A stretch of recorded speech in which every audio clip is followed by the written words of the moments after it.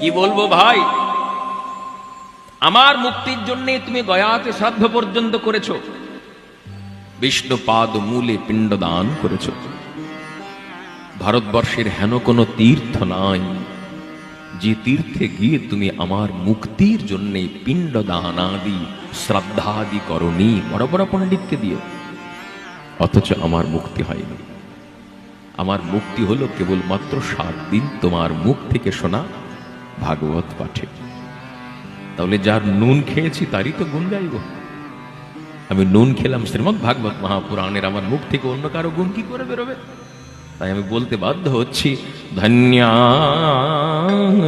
ভাগবতী বার্তা প্রেত পীড়া বিনাশিনী সপ্তাহোপি তথা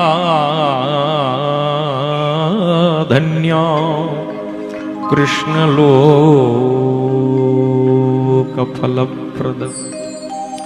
ধন্যা ভাগবতী বার্তা, এই ভাগবতী বার্তা ধন্যা। অনেকে আমাকে জিজ্ঞাসা করে, আমার একটা ফেসবুক পেজ আছে, মোটামুটি 20,000-এর উপর ফলোয়ার্স আছেন। আমি তাদেরকে ফলোয়ার্স বলি না, বলি ফ্লাওয়ার্স। সকলে প্রস্ফুটিত কুসুম, সকলের আশীর্বাদ আমার মাথার উপরে বর্ষিত হচ্ছে নিরন্তর।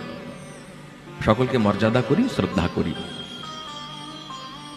অতএব সেই সমস্ত ফ্লাওয়ার্সদের মাঝখান থেকে কিছু কিছু ফ্লাওয়ার্স আমাকে বলে যে, আচ্ছা ভাগবতী কথা শুনেছি, ভাগবতী বার্তা এই শব্দটি কোনোদিন শুনিনি তো, এটা পাঠে আপনার মুখ থেকে শুনি বা লেখাতেও দেখি এদিক ওদিক। এটা আমার কথা নয়, শ্রীমদ্ ভাগবত মাহাত্ম্যের কথা শ্লোকে আছে, শুনুন। ধন্যা ভাগবতী বার্তা, কে বলছেন? ধুন্ধুকারী। কাকে উদ্দেশ্য করে? গোকর্ণকে। ধন্যা ভাগবতী বার্তা প্রেত পীড়া বিনাশিনী। প্রেত পীড়া বিনাশিনী।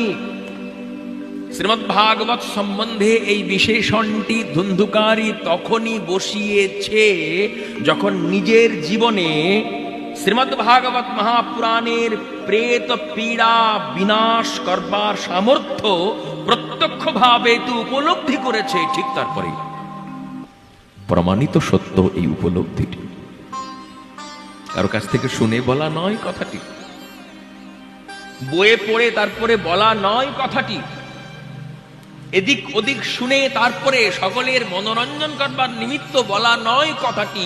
তাহলে কিভাবে বলছেন? নিজের জীবন দিয়ে উপলব্ধি করে বলছেন, নিজের জীবন দিয়ে বুঝে বলছেন।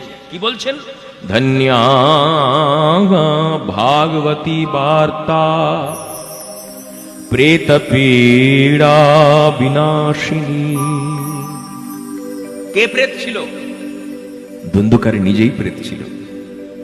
এখন যেই মুহূর্তে 7 দিন ভাগবত মহাপুরাণ শ্রবণ করলেন আর প্রেত রইলেন, উন্মুক্ত হলেন প্রেত দশার থেকে,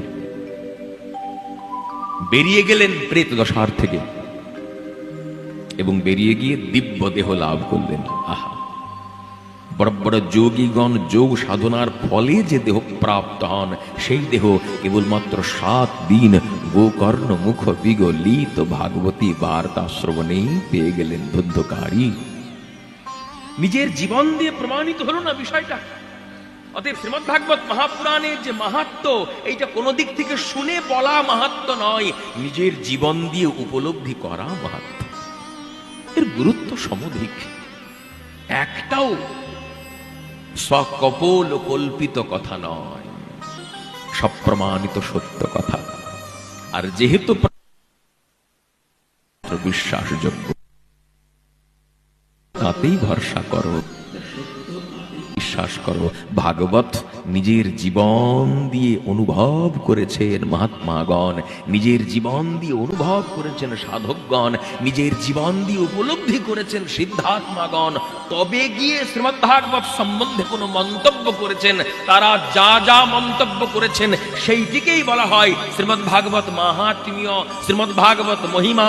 তার গুরুত্ব অপরিসীম সাধন জগতে, তার গুরুত্ব অপরিসীম উপাসনার জগতে, তার গুরুত্ব অপরিসীম আরাধনার জগতে।